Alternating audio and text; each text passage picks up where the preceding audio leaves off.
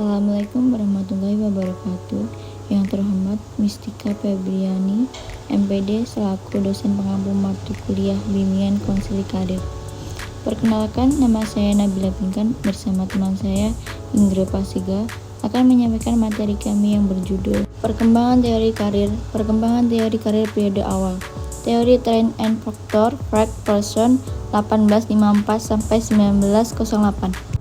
Materi yang pertama akan disampaikan oleh saya sendiri.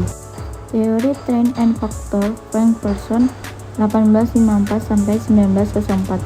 Frank Persson dikenal sebagai bapak karir karena melalui teori Trend and Factor yang dikemukakannya, dunia mulai memahami mana karir yang sebenarnya.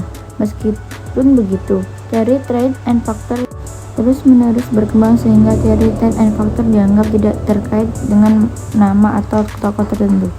Akan tetapi, pikiran-pikiran ini bermula dari gagasan Persson yang dilanjutkan oleh tokoh-tokoh lain seperti D.G. Paterson, J.G. Darling, E.G.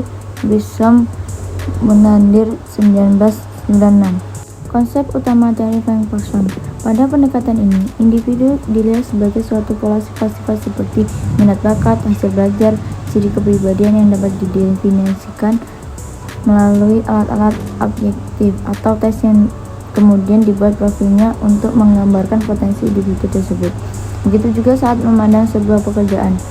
Tentu yang bisa dibuat profil menurut kualifikasinya untuk kemudian dicocokkan dengan sifat atau kepribadian individu tersebut. Pengertian teori Trend and Factor. Secara bahasa, teori dapat diartikan sebagai sifat karakteristik seorang individu, sedangkan faktor sepertinya tipe-tipe syarat-syarat tertentu yang dimiliki oleh sebuah pekerjaan atau suatu jabatan. Teori Trend and Factor memberikan asumsi bahwa kecocokan antara type dengan faktor yang akan melahirkan kesuksesan dalam suatu karir yang dilalui oleh seorang dan begitu sebaliknya. Kegagalan dalam pencocokan type dengan faktor akan menimbulkan kegagalan dalam sebuah pekerjaan. Materi selanjutnya akan dibacakan oleh teman saya, yaitu ada konsep teori Trend and Factor. Tahap pertama adalah memperoleh pemahaman diri, yaitu tes kemampuan atau bakat, tes minat, tes prestasi, tes nilai, dan tes kepribadian.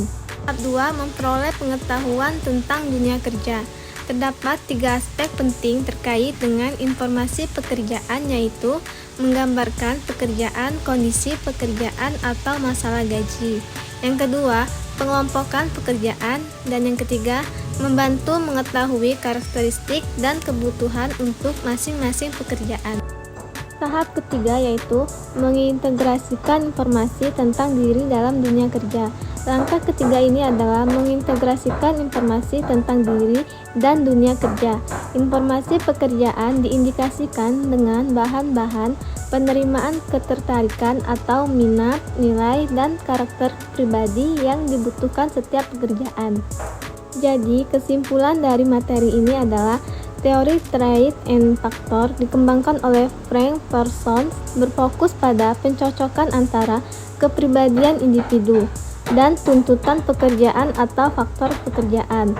Persson mengemukakan bahwa pemilihan karir yang efektif melibatkan identifikasi kekuatan, minat, dan kepribadian individu, serta pencocokannya dengan karakteristik pekerjaan untuk mencapai kesuksesan dan kepuasan kerja. Teori ini menekankan pentingnya pemahaman diri dan eksplorasi pekerjaan dalam proses perencanaan karir. Itulah materi yang dapat saya sampaikan. Jika teman-teman ada yang ingin menambahkan atau bertanya, kami persilahkan. Sekian presentasi dari kami, kurang lebihnya kami mohon maaf. Kami akhiri, wassalamualaikum warahmatullahi wabarakatuh.